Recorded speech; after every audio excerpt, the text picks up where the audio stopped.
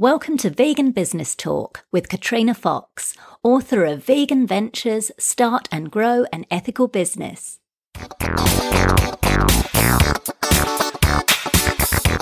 Hello and welcome to episode 58 of Vegan Business Talk. I'm Katrina Fox, journalist, author, media and PR coach, copywriter, editor and proofreader, and founder of Vegan Business Media, a content, events and training platform providing success tips for vegan business owners and entrepreneurs. In this episode, I interviewed Tracie O'Keefe, clinical hypnotherapist, naturopath and wealth builder. And full disclosure, she also happens to be my wife. Over 4.5 decades, she's started, owned and run several businesses in many industries in different parts of the world. While she was at college at 15 in the UK studying the beauty business, Tracie worked 3 part-time jobs and started her first business, which provided home hairdressing services. She went on to be a partner in a chain of health clubs in her teenage years with a champion weightlifter and national weight loss competition winner. She's owned her own dance company, was co-owner of an employment agency, and ran and owned a Rolls-Royce and Bentley dealership that shipped collectors' models from the UK to the US. She sold European fine watercolours and oil paintings into the US auction houses in New Orleans, Florida and New York, and founded one of England's first organic hotels and restaurants. For more than 20 years, Tracie has helped thousands of people to empower themselves, attain emotional well-being and achieve their goals through her clinical hypnotherapy and psychotherapy clinics in London and Sydney, Australia, as well as her suite of online downloadable self-help programs. As well as being an experienced hypnotherapist who also trains other hypnotherapists, she's also a qualified and registered naturopath and medical nutritionist and is the owner and clinical director of the Australian Health and Education Centre in central Sydney, which operates on plant-based principles. She's also the author of several books on topics including sex, gender and sexuality diversity, hypnosis and overcoming trauma and crisis. And she's currently writing a couple of new books at the moment as well, so she's a very busy bee. Tracie is consulted by and coaches many of Australia's top CEOs and small business owners to help them maximise their full potential, helping them start and run their businesses and develop a money mindset to build their wealth. In this interview, she discusses a different way of looking at selling that those with an activist background will particularly appreciate, how to handle negative media coverage, which she's experienced, a simple, fast and effective strategy to cultivate resilience and protect yourself from criticism, why you need to invest in yourself as well as your business, the one thing every vegan business owner must do constantly to ensure their business is successful, how to balance the demands of relationships and family with running your business, and much more. Here's the interview with Tracie O'Keefe. Hello, Tracie, and thank you so much for joining me. Hello, Katrina, to you and your listeners. And I'm laughing because, of course, you join me every day because you're my wife. I do join you every day, yes. But we need to do an official intro for the listeners. Fantastic. So, look, the first question I ask everybody is about their why, about their purpose. So you run a successful hypnotherapy and naturopathy clinic, as well as helping business owners and CEOs from large companies improve their health and their wealth. What are some of the reasons for doing what you do? I think many of the reasons is I'm on purpose. I believe very much in health. I try to be as healthy as I can myself. And my experience over the years as a naturopath is that when you put your effort into your health, you get effort out of health for the other things that you do. So I think it's really, really important if you're having a good life or if you're having good mental health or running a business, that you are healthy and focused and having a good time. So it really gives me a kick when I see people doing well. Lovely. So, and you do very much practice what you preach, and live what you're doing, which is great. So now you've got quite an eclectic business background. You've had your own dance company. When I met you, you had a bed and breakfast in Brighton in the UK. You've sold luxury cars in America. You've done a lot of stuff. And you've always been self-employed. Apart from a few jobs when you were very young, you've always been a business owner. What do you particularly like about that? For me, I didn't really have a choice. I was a terrible employee. What do you mean you were a terrible employee? Well, I didn't really like politics. And I started my first business when I was 15. So what was that? I was involved in 3 health clubs until 17. People I worked with, there was a champion weightlifter and his wife who was Slimmer of the Year at that time. And we built the health clubs on the back of that publicity that she was Slimmer of the Year. So that gave me the first taste of having money, and I was going to college, working 3 jobs, running the business. So I was really off and going. I worked in different companies, but I found it constraining because of the politics and because basically I wanted to earn my own money. Mm. So you were kind of a born entrepreneur, a born business owner, do you think? I think I was one out of necessity. I mean, I was born into a very poor family, and as a child, I had to sell firewood and potatoes on the marketplace and do anything I could to make money for pocket money so I could go to ballet class. It was just that I had to make money. And then it became second nature to me in my life that I started this business, made money, moved to that business, made more money. It's just second nature to me at this time of life. 47 years after starting in business. Wow, that's a long time. It is.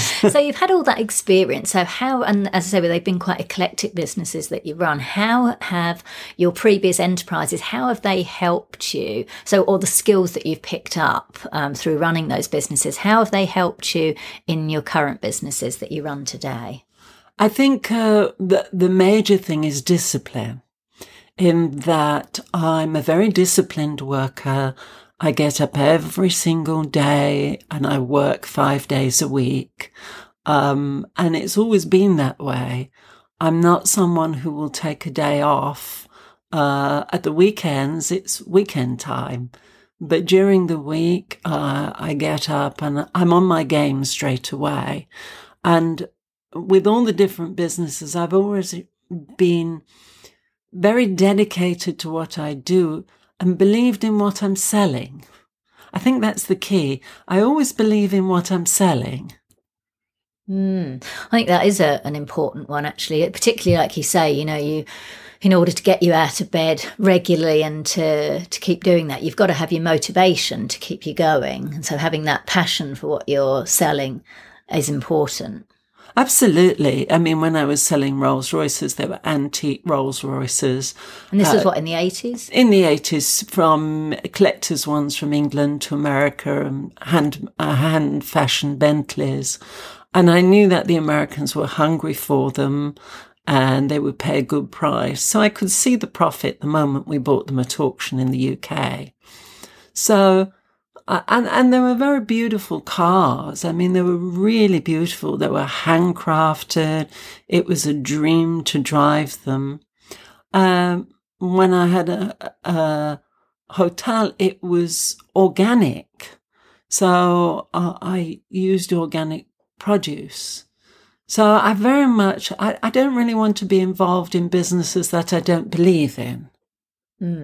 It's important, yeah, because like you say, you do any business to make a lot of money, but running an ethical business is a mission-driven purpose and thing to do. So that's great.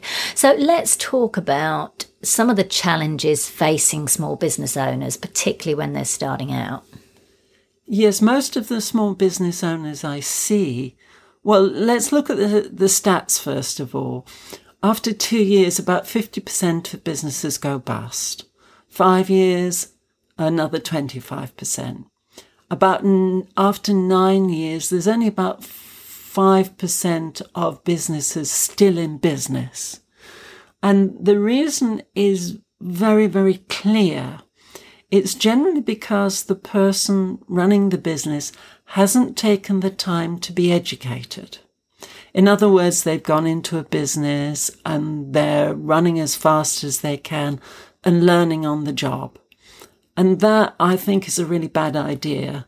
I think if you're going into business, you need to invest money in yourself to train you how to run a business and train you how to run a business profitably. That's the most important thing. Otherwise, it's just a way to flush your money down the toilet, basically, at the end of the day.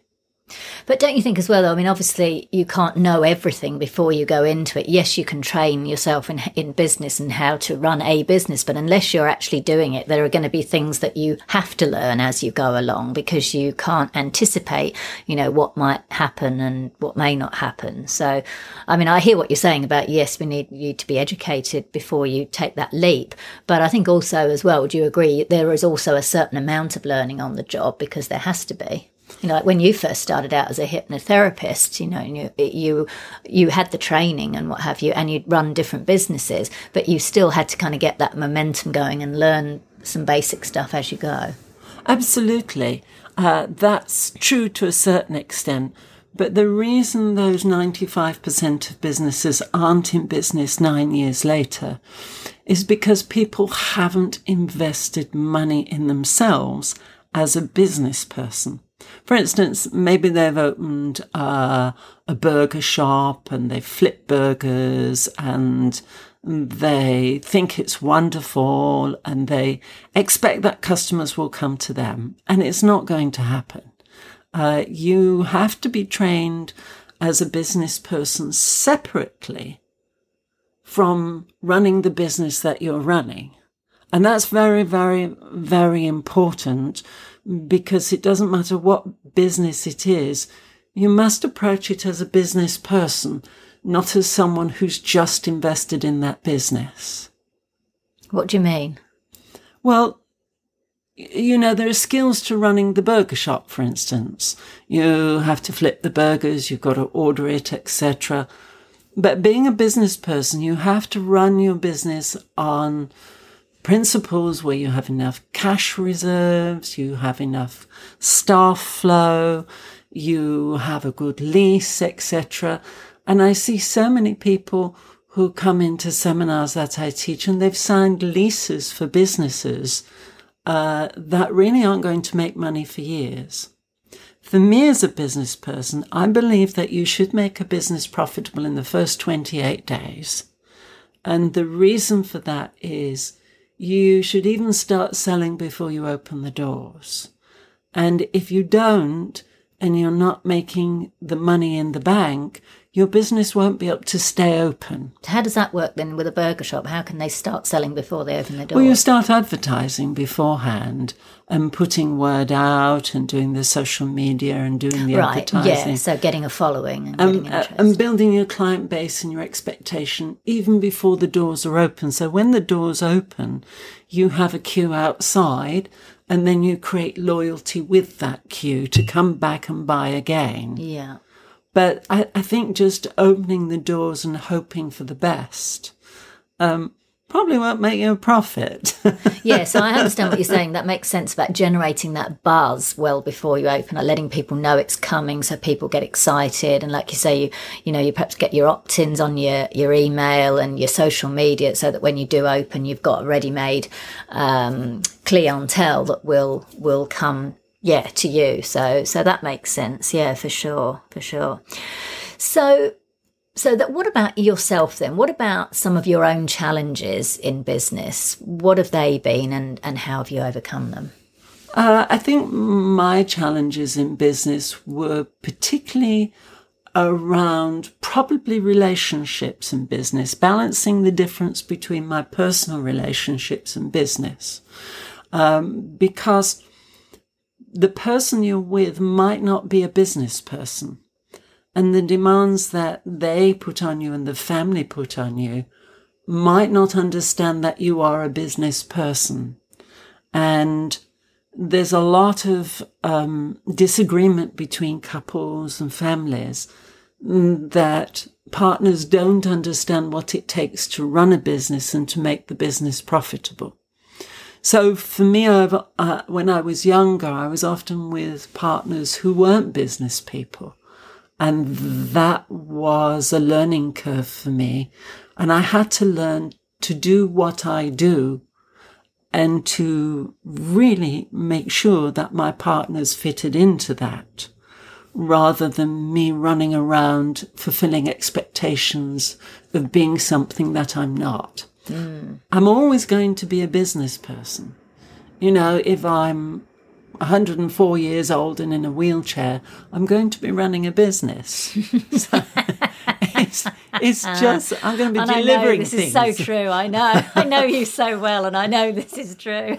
I'm going to have a rocket-propelled motorised wheelchair, and I'm going to have a delivery service. And I'm going to be making money because it's my nature. I think that's really important that you've touched on about that, which some people don't think about. They kind of think about, well, okay, I've got to get educated in how to run a business and all the different tasks that are involved in running a business and all of that sort of stuff. And they actually forget about that other aspect, like how's it going to impact my personal life? And like you've said, how is it going to impact my relationship? So what advice or tips then can you offer for people in how to handle that, how to broach that with your partner in a way that, you know, you're not being bolshy and saying, right, this is what I'm doing, take me or leave me.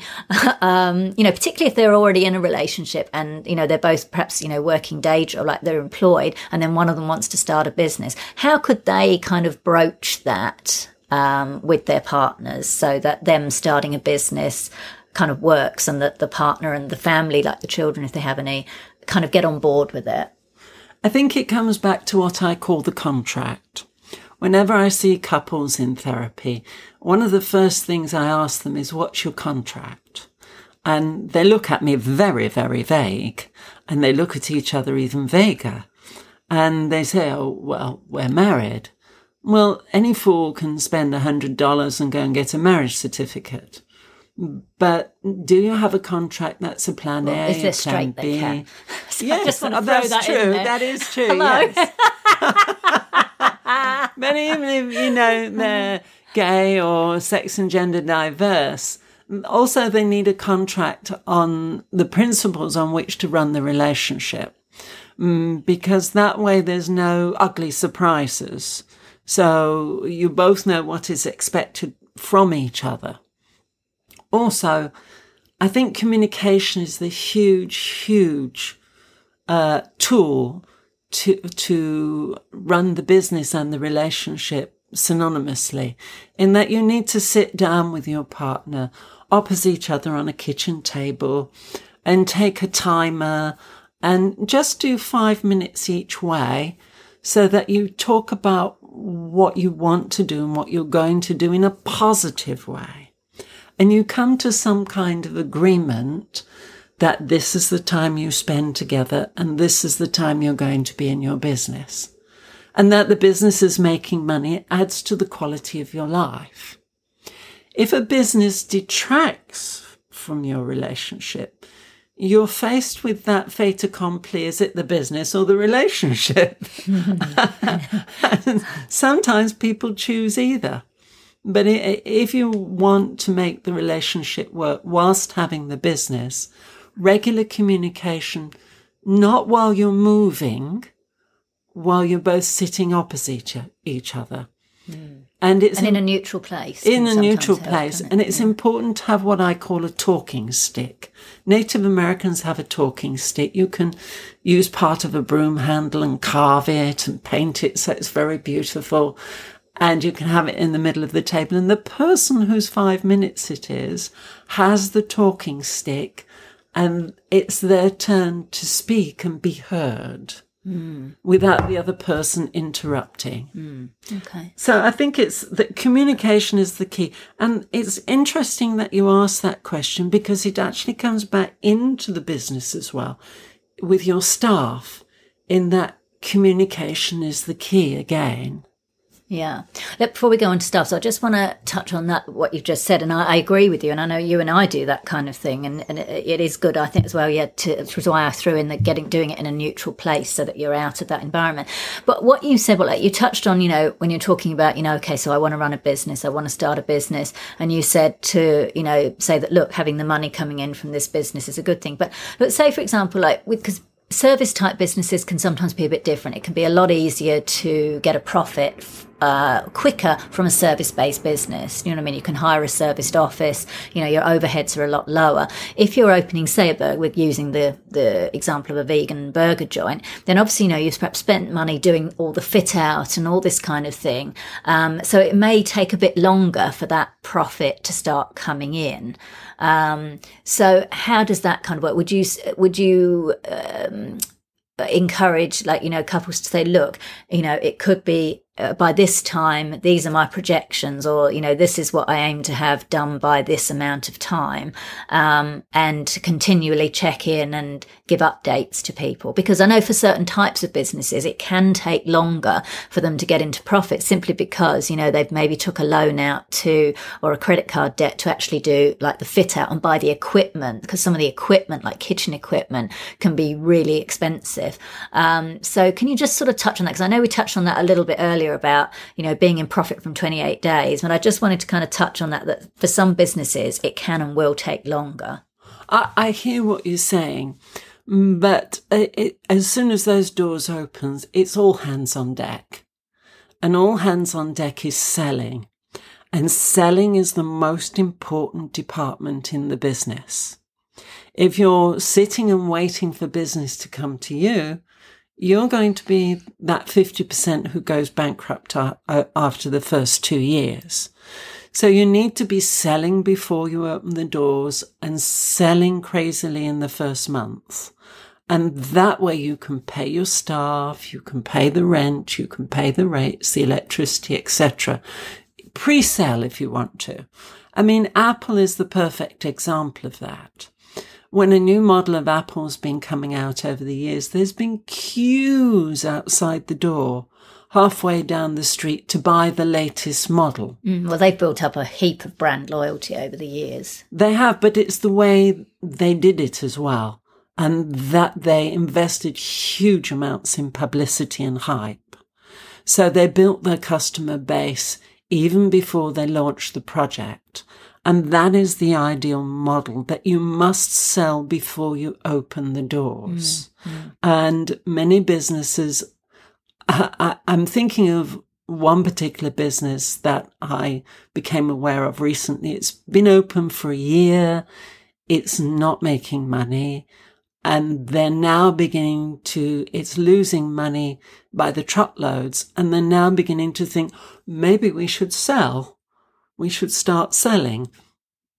It's a year and a month too late. You need to start selling beforehand. And I think that's the most important thing. In all of my businesses, I've sold.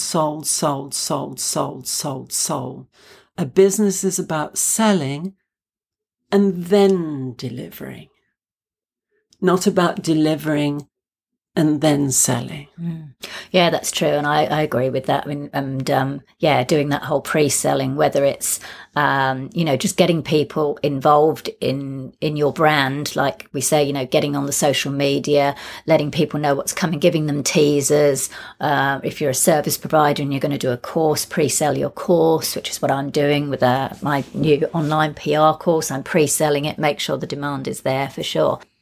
So with you being a practitioner, so in your hypnotherapy clinic, for example, you see clients one-on-one in your clinic.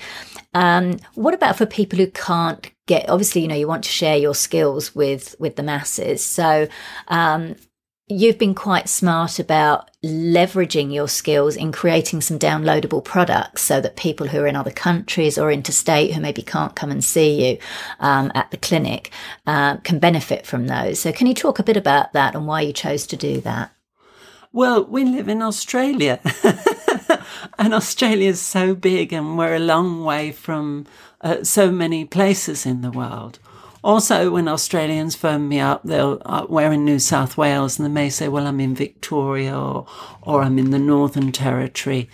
And I couldn't help them, but I can help them with downloadable products and very efficiently and effectively. And I think that's really important as a business owner to get out as far as you can to service your market. It might be a niche market, but the bigger you can make that niche market, the better. And I think very much that I try to do what I do best and get other people to do the rest. Yeah, I was going to ask you about that, about the whole staff, because I know personally that you're very big on hiring staff and hiring experts to help you grow so that you can focus on what you do best. Yeah, knowing what you do well, there are things I'm terrible at. I'm no good at whatsoever. And I just don't do it. Like editing. I get someone else to do it. Me, usually with the editing. Yes, and a brilliant editor you are too. But that's served you well over the years, hasn't it, in your current business, in your previous businesses? Absolutely. Because I think that's important for people to know, because often in the beginning when people start businesses, they're bootstrapping, they're doing absolutely everything themselves. And maybe they need to initially, to start with. But I think as soon as you possibly can, it's good to outsource the tasks that you're not good at and that are not your speciality. I think it's essential from day one not to do the stuff that you shouldn't be doing and to spend your time selling. And that's if you should be the person in the business that is able to sell the best, even with your sales department, because you own the company. And I say to people, if you have a business and you have a sales department, don't expect the sales department to sell better than you do. Because it's your business. You should know the product inside out. And be passionate about it. And be absolutely passionate about it. So I avoid doing anything that I'm no good at. And I focus on the things I'm good at. And I'm particularly good at working with people, inspiring people, and giving them the skills to go forward and be very successful. So I love doing that. I'm passionate at doing that. And that's where my dollar lies. You have to identify where your dollar lies and not spend time where the cents lie. Well, that's a good little quote. It is, because make a meme about that. It is when the people who help me, I need to focus on making the big dollar while they're servicing the things for the smaller amount of monies that I can pay them to do. For instance, the accounting or the books, I've never spoken to the tax people in 47 years. I wouldn't know what to say to them. I've always had an accountant, and the accountant is between me and the tax people. And that guarantees that my tax returns are in on time, they're perfectly correct, and I don't have any hassle. And that's very important. It's worth spending. And we should say, remember when we first came to Australia, for those people who don't know, when Tracie and I moved from London to Sydney, we opened a hair and beauty salon for a few years. It was one of Sydney's first vegan hair and beauty salons. And I did the books for some time, and, entering in, I'd just do it every quarter because I couldn't bear to do it any other time. And it was this mammoth task, and I'd usually get it wrong, and I'd have to go back and check it all again. And it would do my head in because I'm just much better with words than I am with numbers. So that wasn't the best choice to have me doing me doing the accounts, but we did it, and in a way it was kind of good experience to see what it was all about. But even then, at the end of the tax year, we'd still have someone in to check my stuff and correct it. So I think that's a really, really good advice, particularly with something like accounting and bookkeeping. That's one of the areas I think to really get someone who does that, a specialist in to do that for you, for sure. So no, that's great, brilliant. And absolutely, you were doing the books for the clinic at the same time. Oh, I know. And that was really good, but it helped you to understand the structure, the financial structure of a business. And as a business person, you must be small chunk.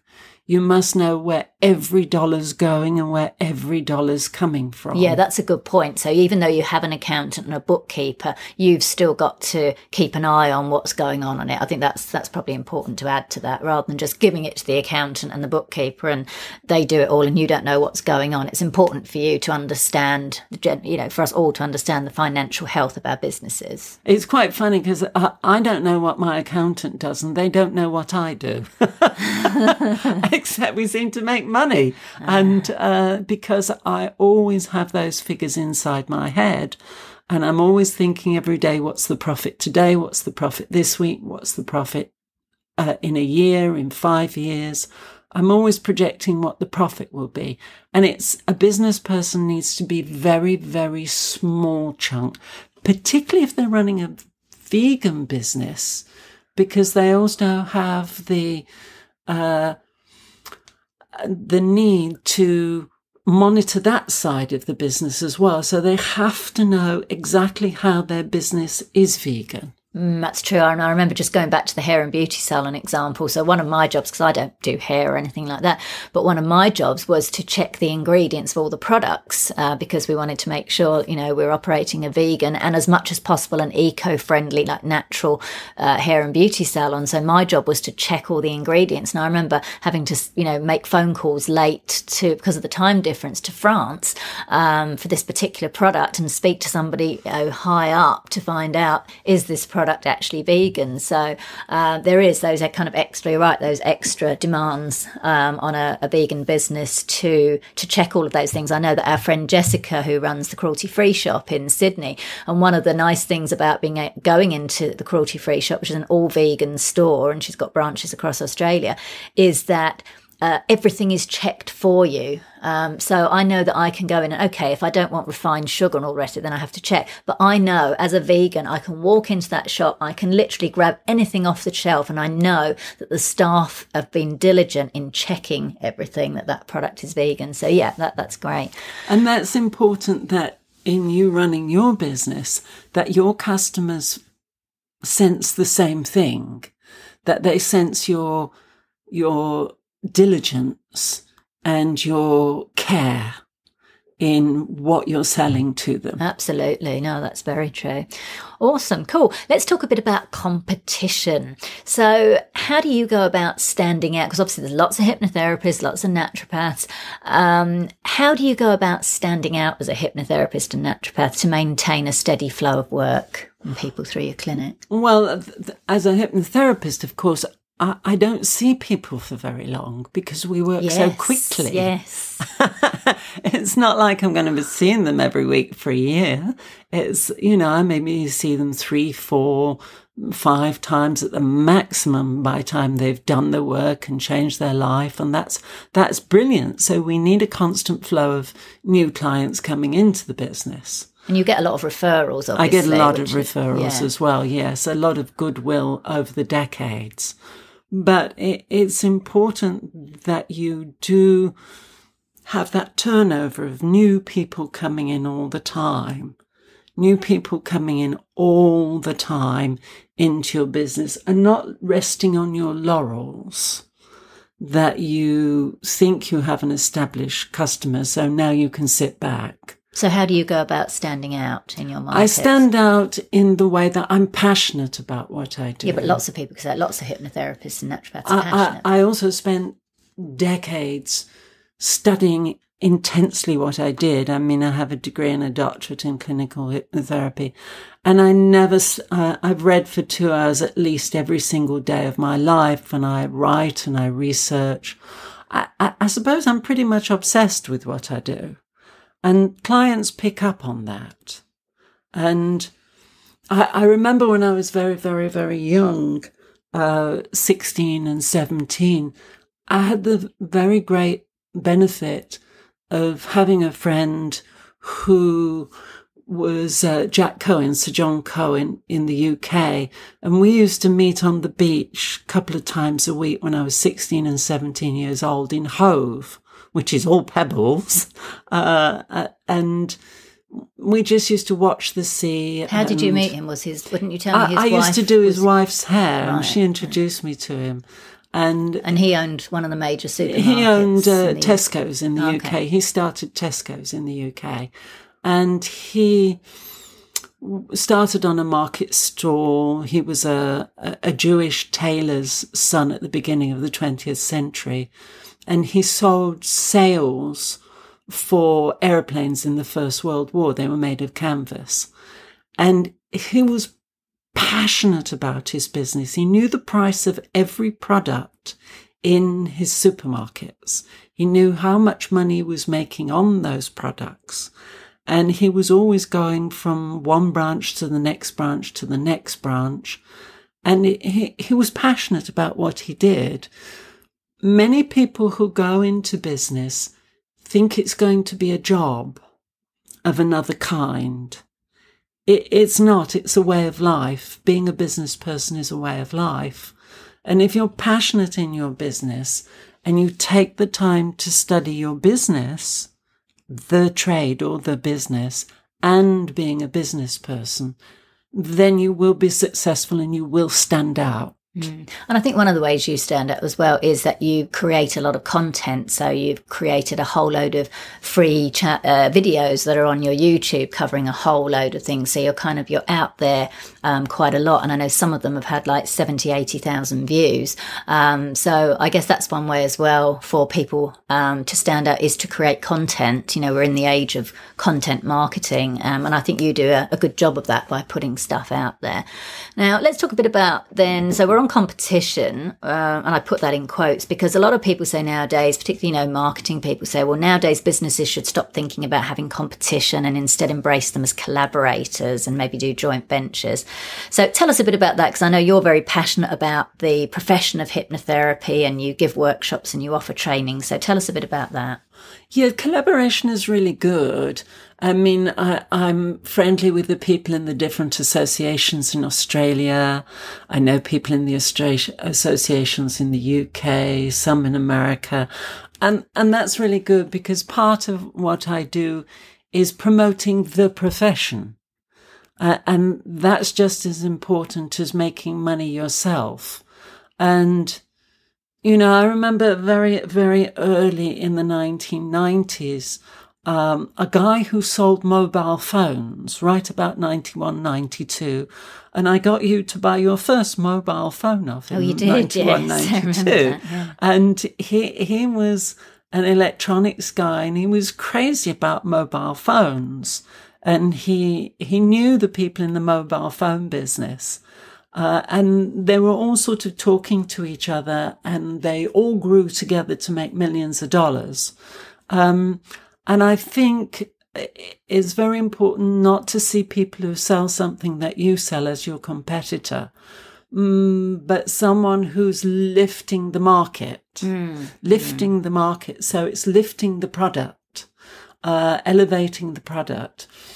Joint ventures are very good if it's going to be profitable and if you've got the right contract. You must nail that contract for the JV because many people fall out over joint ventures because they haven't nailed the JV contract before they go into it. Yeah, important to do your due diligence as well about whoever you're going to partner up with. Absolutely.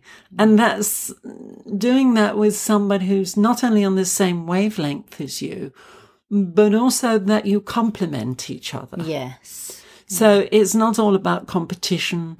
One party brings one aspect to the venture and another party brings another aspect. So often joint ventures can be really, really profitable when you're working together And it has to be friendly and happy.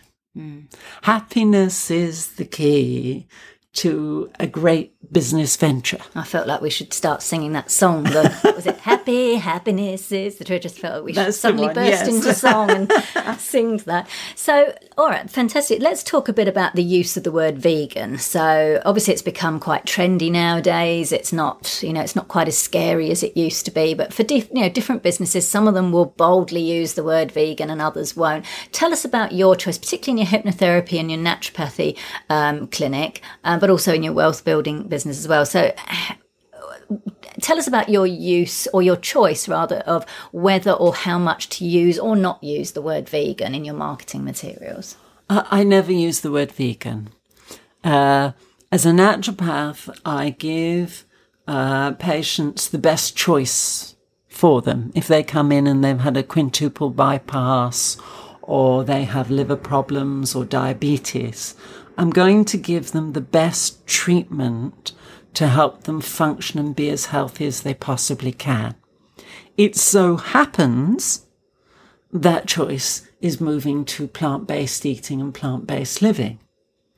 As a psychotherapist, as a clinical hypnotherapist, I want the person to be comfortable with their journey through the world, in that their journey through the world doesn't leave carnage.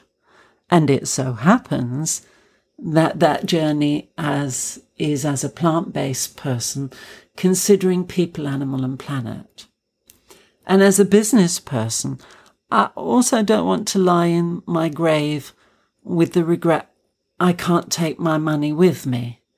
I need to go to the great goddess beyond with the thought that I've made as much effort as possible to leave the planet in the best shape it can be. And that's looking after animals, the planet, and people as much as possible. So I think it's an ethical way of living. But you don't actually force the word. So you don't, I suppose we should say, because you're not really necessarily going after a vegan market. You work with people from all walks of life. I mean, you have cattle farmers and dairy farmers coming to see you, and they end up going away and going on a plant-based diet, yes, which is very cool. And I guess so for someone like yourself, you don't use the word vegan because you don't want people to have preconceptions about coming to see you. I don't want to frighten them in advance, and the word vegan does frighten people who know nothing about it. It's all very well being vegan and shouting the world, etc., amongst a load of other old vegans who have been vegans forever. But for a lot of people who know nothing about living ethically in a vegan way or eating plant-based diet, it's very terrifying for them. So I don't use that. A small part of my website says we are a plant-based clinic. Yeah. No animal ingredients and testing. So I think that's important for people to know, that to find out what works for you, because for some people or for some aspects of their business, it might work. But if you're mainly looking to attract a mainstream clientele from all walks of life, then, you may choose, like you say, to slip plant-based in there somewhere, but not necessarily use it. So I always like to ask people that, because it's different there's no right answer to that question. Like for businesses are different. For some businesses, it absolutely works to, have vegan all over it. For others, it doesn't. So for me, only a small part of my clientele come from the vegan world. Yeah. And I'm servicing the greater world and helping them take a more ethical path in life and a healthier path. Yeah. For sure. Let's talk a bit about media. So you've been featured in quite a lot of media over the years.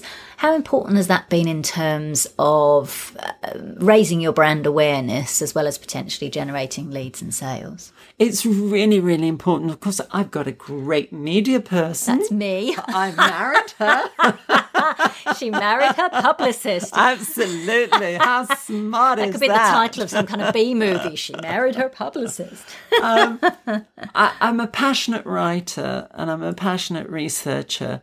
So I knew as I went forward that publishing was very important to me. But just publishing without publicity is a complete waste of time.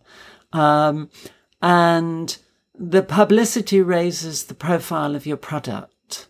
So I continually write and produce material to put out into the world, and then get my publicist to spruik that and to take it forward and to raise my public profile. It's been very good for me, I have to say, television, radio, newspapers, etc., because it has brought me business. Sometimes people have travelled in from different continents to see me, just because they've learnt about me where they are in the world.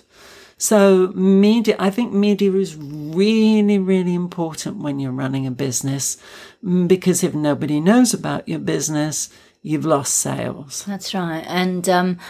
And as well, by putting out, you mentioned putting out your own content, which we touched on before, that content marketing, by being out there when journalists go searching for people, like an expert, so they want a hypnotherapist or whatever, or, someone, speciality in some area, and they're looking and they're searching. If you've put a lot of content out there, then, you obviously come up. And I know from personal experience that, you get calls from journalists or researchers, from TV shows and radio wanting to speak to you as an expert simply because they found you online. Now, you've also had a piece of negative media coverage, and I think it's important for people to know that, there are risks obviously involved in being featured in the media, and sometimes it doesn't always go your way. Sometimes journalists have got an agenda, or they don't like you or what you're about, maybe because you're a bit too weird, and so, they maybe aren't overly kind. So just tell us a bit about how you've actually handled that. Well, I'm a naturopath, I'm a hypnotherapist, I'm transsexual, so... In a lesbian relationship. In a lesbian relationship. Just pile it on. So, of course, there are going to be some journalists that come along, and there was one that sent a war photographer to hide in the bushes to photograph me once. That's right. Yes, which was... Right, they did. And it was not a good hair day either. It was a bit of a come down for the photographer. There she was, doing all, being sent abroad, doing all these amazing photography. Yes, she had to hide in the bushes to take a photo of you. You just cycled to work, hadn't you? I had, your helmet yes, off. and I just take my hat, and it wasn't a good hair day. and the journalist had an agenda. So how did you handle it? I wrote a rebuttal, which was published online, and then you get up the next day and you start promoting your business again. You have to, in business, you have to be aware that some people will love you some of the time, and some people will think you're the crazy person from Mars. And you have to live with that. That's what the world is like. The world isn't queuing up just to worship you or your product. I think that's important. I'm glad you've raised that, because that was one of the questions I wanted to ask you, because I know personally from you, you are the most resilient person I know. I think you just, you've handled so much, stuff in your life, people coming at you, like you say, for being trans, discriminating against you, just being, horrible. And you're one of the most, you still bounce back. And that's really important, I think, in a business, like running a business. It's really important to develop resilience. So can you offer some tips? Because I know it's all very well to say to people, look, you've got to develop a thick skin, you've got to do this. Can you offer any tips or strategies on how people can learn to do that and become resilient? Absolutely. Be a nice person. That's the biggest tip. Be nice to your staff. Be nice to your customers. Be a nice person. Be someone who has people on your Facebook 40 years later who used to work for you 40 years ago. And but how does that help them be resilient? That helps you be resilient. How? As an individual and a business Because lots of people can be owner. Nice, but they're not necessarily resilient. Like, they get a bit of criticism and it devastates them. Yes, but if you're nice, then you have serotonin and dopamine. And maybe you need to be nice to yourself. You then. need to be nice to yourself as well. And don't drag the past around on a trolley behind you as if it's sewn to your back. Get up the next day and start again. It's as simple as that. every day is a gift. Every day in business is an opportunity to sell. So and make a difference in the world. And make a difference in the world. Because if you believe you're an ethical business owner, being as ethical as you can, you're creating waves in the world with what you're doing. And that's about believing in your product and about believing in your staff and believing in your journey. That when that stuff hits you, you get up the next day and you start again. And what about the gratitude? You're very big on being grateful and every day focusing on what you're grateful for. That can help develop resilience. Oh, yes. Because you take the focus off the negative and the drama and onto what you do have. Yes, absolutely. Be grateful that you have food and a roof and opportunity to make money and staff you get on with and family. Be grateful for everything that you have. Be the grateful person who goes into your business every day. Don't be the whinger. Nobody wants to work for the whinger. It's true, isn't it? They want to work for the person who's happy and grateful that as a member of staff you're working for them. It's true, and it's also that whole perspective thing as well. Like sometimes we take things to heart and we think and we awfulise, and I know I do that sometimes. You awfulise about something, but like you say, even with negative media coverage, it doesn't mean the end of your business. It doesn't mean the end of your practice. Even if it's still sitting there in Google, you just keep doing your thing and you keep doing what you do best, getting your referrals, and you carry on. So. Absolutely, and let's remember that Branson has had negative press sometimes. Yeah, the guy true. who started Apple had negative press. Yeah. Who hasn't? Yeah. And if you let that drag you down, you're missing the point. The point is to promote the business, and the business has to be a separate entity to you, and you service the business. Does that make sense? Sort of. Yeah, I think so. I mean, sometimes, though, the business can be a person. So, when the media come after you, they might come after you as an individual or say certain things about you. But again, it's developing that resilience and, doing what you can, like you did, to write the rebuttal and to just keep putting yourself out there, creating, I think particularly nowadays, because you've been able to create your own media, your own programs, and just getting the word out there that, you're amazing at what you do, so that then becomes small and insignificant. The negative stuff becomes small and insignificant. And also that I see my business as a member of my family. And I protect it like that's a bit weird. It is a bit weird, but that's how I see it. I see it as a member of my family, and I protect it as if it were my child. But I'm your favourite family. You are my favourite family member. You're absolutely right. Jolly yes. good. Just want to make sure we got the priorities right there. All right. So, look, final couple of questions though. So we've touched on some of this already, and I know you've been really, really big on selling. Now, for a lot of ethical business owners, a lot of vegan business owners, they, particularly when they're starting out or they're new and into business, they've got a bit of a thing about selling. And, particularly if they maybe come from an activist background, what tips and strategies can you offer to help people overcome that aversion to selling? Okay. Go and learn and sell. If you have an idea, you have to sell that idea. If you write a book about the care of animals, then you have to sell that book and the idea. And it's the same with your product or your business. You need to sell it.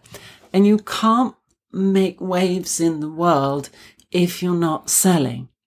Go and study with professionals on how to sell. Selling is ethical because when you sell well and it's a good fit, you've served your customers. And that's very important. You've also served the animals if you're a vegan business, and you've served the planet if you're considering the planet as well. So selling is the most important part of any business at all, and it's the thing you should be best at. I think what it is a lot of it is that there's certain types of selling that we've been used to that we don't like. Like you and I both get phone calls. I had 2 just today, actually, from random call centres on other parts of the world. So, oh, yes, I'm calling from so-and-so. Can I speak to the business owner? And they want to sell you something, but it's a cold call and there's just not a fit. And even if they've got something that you might be interested in, the fact that they've just randomly called you up is so annoying that we're not interested. So I think it's partly as well that we're just used to being sold to in a really hard sell, non-fit kind of way. So I like the fact that you touched on that it's a good fit, because you know what I mean? If you go into a room full of people and you start chatting and you say, oh, would you like some hypnotherapy? What problems have you got? Let me solve them. You know what I mean? It's too full on. But, you know, when you have those kind of sales conversations and then you find out it's a fit, then, you know, there are ways of selling that are not as yucky, I think, as some of the old school selling techniques. Well, you say that, but I love selling. I love selling. Having said that, the most of the people I speak to, I don't sell to, in that they're not a good fit. So I'm very selective once the initial pre-sale conversation has taken place, whether I can help that person or not. So I don't just take everyone, because that wouldn't be good selling. I take the people we believe we can help. And then you can soft sell. You can even hard sell if you believe your product will service that person. There's nothing wrong with selling if you're a skilled salesperson and what you're selling is a good fit for that person. Yeah.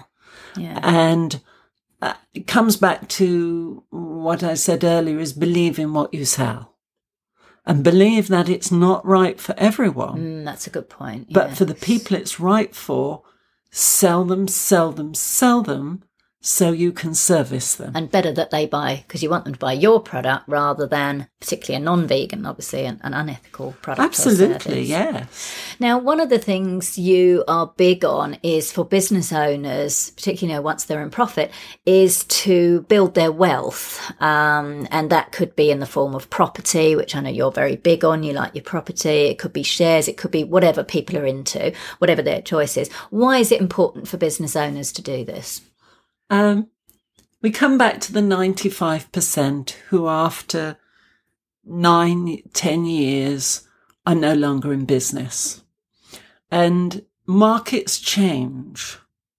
So what you're selling this year might not be selling in 5 years' time. And a business has to be adaptable. And a business is adaptable when you make money in the business, you take money out of the business, you invest it into the next business, so you've got multiple incomes. And the multiple incomes are less in danger of fluctuating. So you build your different businesses to give you multiple incomes over the years. You must build your wealth so that you can be in business 47 years later, like I am. So I'm still servicing people 47 years later because I was savvy and I built my wealth so my businesses are stable. And your business has to be stable. And you may have one business and it doesn't make money anymore. So the market's over, so you close that business and go into another business. But you have to build that wealth so you have the stability through the years to be able to do that.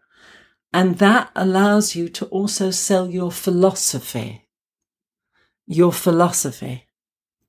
Does that make sense? It does. And I think it's also worth pointing out to people as well that you've got to have that balance as well, because I know, like with you and I, for example, there was a time when you were very much at the extreme of, right, let's do this. We've got to build for the future. It's all about the future. It's all about the future. And I'm like, well, let's spend it now. You can't take it with you. And we've kind of come towards the middle bit where, you know, you're enjoying life now and your business now whilst also building in for the future as well. So I think it's important to mention for people that certainly to have a happy relationship, particularly if you're in that kind of dynamic, is that it's got to be all about balance. Because if you're constantly just, you know, building for the future and not enjoying now, it's kind of pointless because you could just die and then all you've been doing is working yourself to death. So would you agree with that? The correct answer is yes. I'm glad you think that. I still live small and invest large. And that's very important. Sometimes when people make money in businesses, they buy houses they can't afford, cars they can't afford, go on holidays they can't afford, and they burn holes in the credit card. I'm a frugal person. I live small and I invest hugely. And that's a way to stability. And I see so many people having businesses, and because they live way beyond their means, the business is only ever servicing their debt. Okay, yeah, that's a fair point. It's not actually building any wealth. And the whole point in being in business is to take money out of that business, to build your wealth, to go forward, to open your next business and your next business. And of course, you donate by making those profits, not as well as investing in and building your own wealth so that you're secure for the future for your family and friends. But also you can donate as well. You can take that money out of the business and donate. My to business causes. supports War Child, my favourite charity that helps children who are homeless in charity in war-afflicted countries. Particularly Africa and Syria at the moment. And we also support animal charities. Yeah. So, we're collecting money for those charities by making profit as well, which is a good feeling to go to sleep on at night. That's a good thing about the money mindset, is that think of it. That's nice, actually. That's another little meme. I'll be charging you for these memes. No, you won't. You'll get the bill. No, I like that, collecting. See, look, she's selling already. She's selling again. She's even selling her partner on air.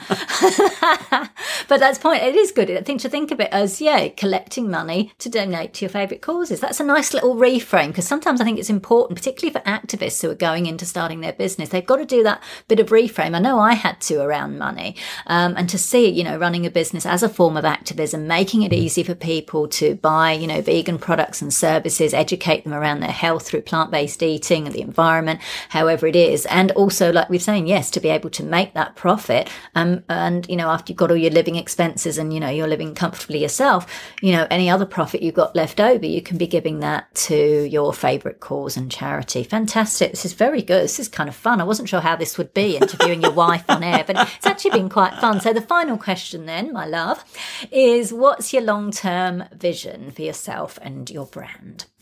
My long-term vision is to keep helping people, because that's what I love doing. It was really what I was born to do. I think that as long as I'm compos mentis, and as long as I'm physically able and able to be around, I will always help people in some form through my businesses, because that's my passion in life. And it's part of my belief system. And you don't abdicate your belief system just because you get to 103 years old. So, I teach a lot nowadays, and I like that, and I probably teach a bit more.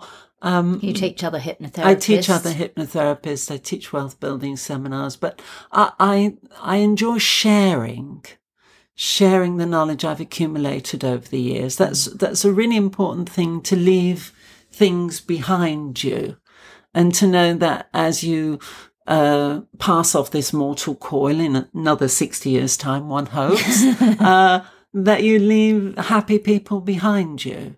So, I see, unless there's a bus coming round the corner with my name on it, I see myself being in business for a very long time. And of course, I'm planning businesses for when I'm 90 and when I'm 100.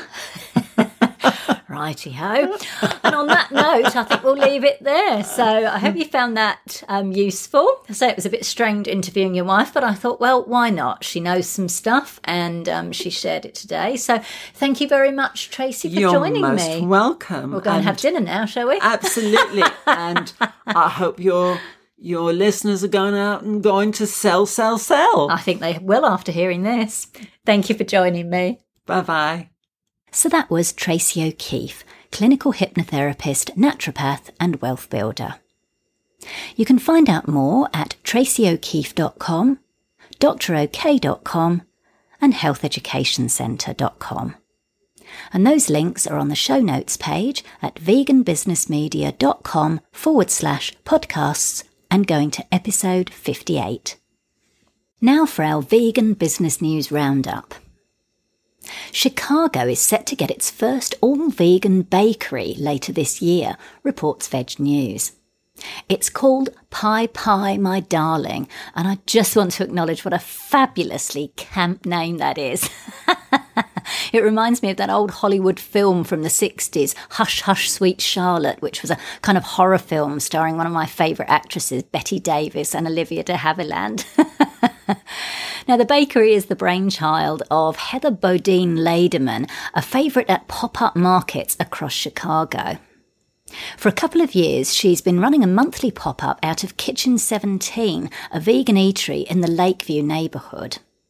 So popular are her wares, including her signature funfetti cake with layers of golden butter cake topped off with vanilla frosting and sprinkles, that queues of more than 200 people would often wind around the block.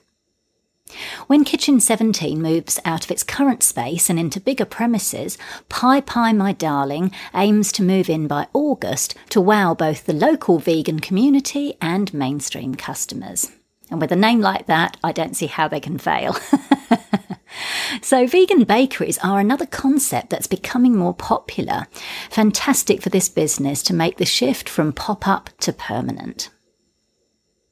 Social entrepreneur Dustin Leonard in Australia has launched a range of vegan condoms and sexual health aids, reports News Limited. The former Clio Bachelor of the Year, now Clio was a popular mainstream women's magazine which closed in 2016 after running for 44 years, and Leonard runs a social enterprise called Hero that works on a one-for-one basis, so for every sexual health product sold in Australia, one is sent to Africa. And since the company's launch, more than 500,000 free condoms have been sent to the continent in which HIV and AIDS are prevalent. Leonard has managed to get his products sold in large retailers, including Coles and Woolworths, which are two large supermarket chains in Australia, and he's currently in discussions with major retailers in the UK and China, with plans to launch in those markets later this year. How great is this? Not many people know that there are animal ingredients in condoms and lube and animal testing, and this is a fantastic opportunity to educate people and to do good in the world for people, animals and planet. The Hero range is plant-based, pH-balanced and petrochemical and paraben-free. Love it. I really hope that people buy these ethical products instead of the large brands. South Africa has got its first vegan magazine, reports Brand South Africa. Published by Media24, The Vegan Life includes recipes and articles on vegan living, including how to get enough protein and how to choose the best cruelty-free beauty products. Publisher Marianne Erasmus launched the magazine in response to the growing global trend in the popularity of veganism. Brand South Africa quoted Thokozani Mashigo, who's been a vegan for just over a year after adopting an alkaline-based diet, which meant cutting out acid-based animal foods. And he said his decision posed challenges, particularly for him as a black man, in regards to explaining such a foreign concept to friends and family. He also found it tricky finding suitable eateries that cater for vegans, as well as understanding the labelling on food items. He said the new magazine has helped him plan more nutritious meals, as well as learning more about vegan living. So this is really heartwarming news. There's an abundance of vegan publications which reflects the rising interest in the philosophy, and it's great to see South Africa get in on the act. Finally, popular Californian vegan cheesemaker Miyoko's Kitchen has received another round of investment funding to take it to the next level, reports the San Francisco Chronicle.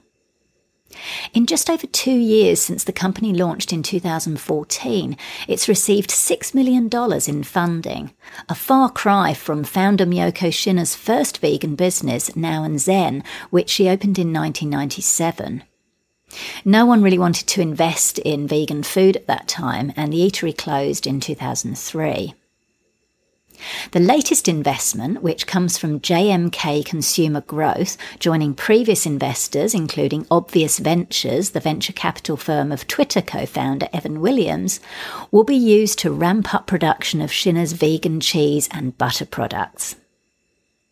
In addition to her award-winning artisanal cheeses, Shinner plans to launch a lower-cost range of basic vegan cheeses as well as a smoked mozzarella.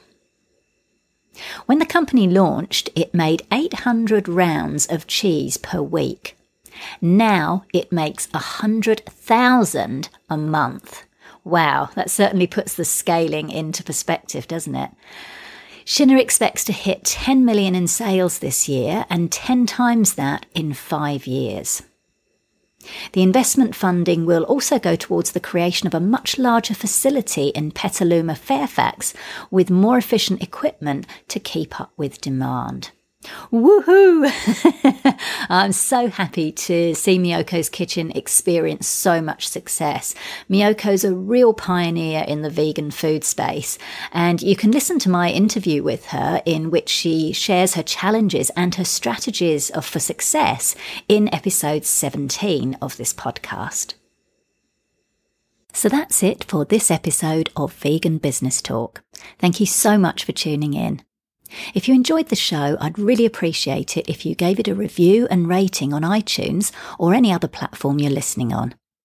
Finally, I encourage you to head over to veganbusinessmedia.com, where you can find more resources, including details of my media and PR consultations, copywriting, editing and proofreading services to help you grow your vegan business. I'm Katrina Fox, author of Vegan Ventures, Start and Grow an Ethical Business, and I look forward to catching up with you in the next episode of Vegan Business Talk. Bye for now.